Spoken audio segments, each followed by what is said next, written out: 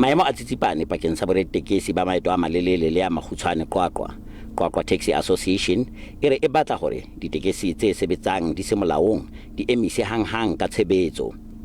Maemo ana a qositse ho tshwarwa ha batho ba mmalwa athe ba bang ba tswile dikotsi. Mokgatlo o re o keke wa sebetsa ho fihlela mmuso o kena dipakeng. Seo ho tloha hona jwale re se hlokang ke tshireletso hore mmuso o tle ka tharollo ya hore ba tlose di-pirates tsena.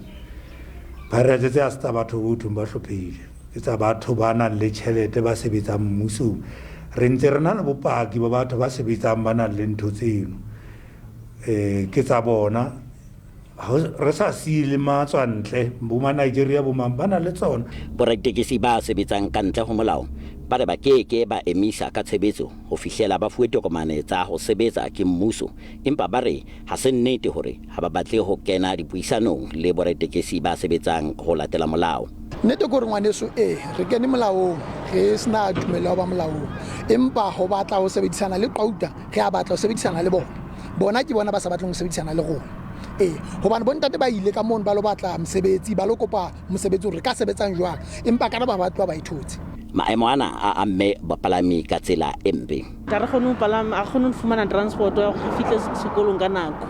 Re fihla lata le ba ya mosebetsing ka sepetlele ka mo le ba fihla lata. Batho bana ba tlameha ba fuwe sebaka sa hore ba buisane jwalo ka batho ba baholo, ba buisane jwalo ka batho ba ileng hore ba kgwebong. Ditho tsa Qwauta di disitse mebila ho thibela boraditekesi ba sebetsang ka ntle ho molao. Thabo Katsande, SABC News, Qwaqwa.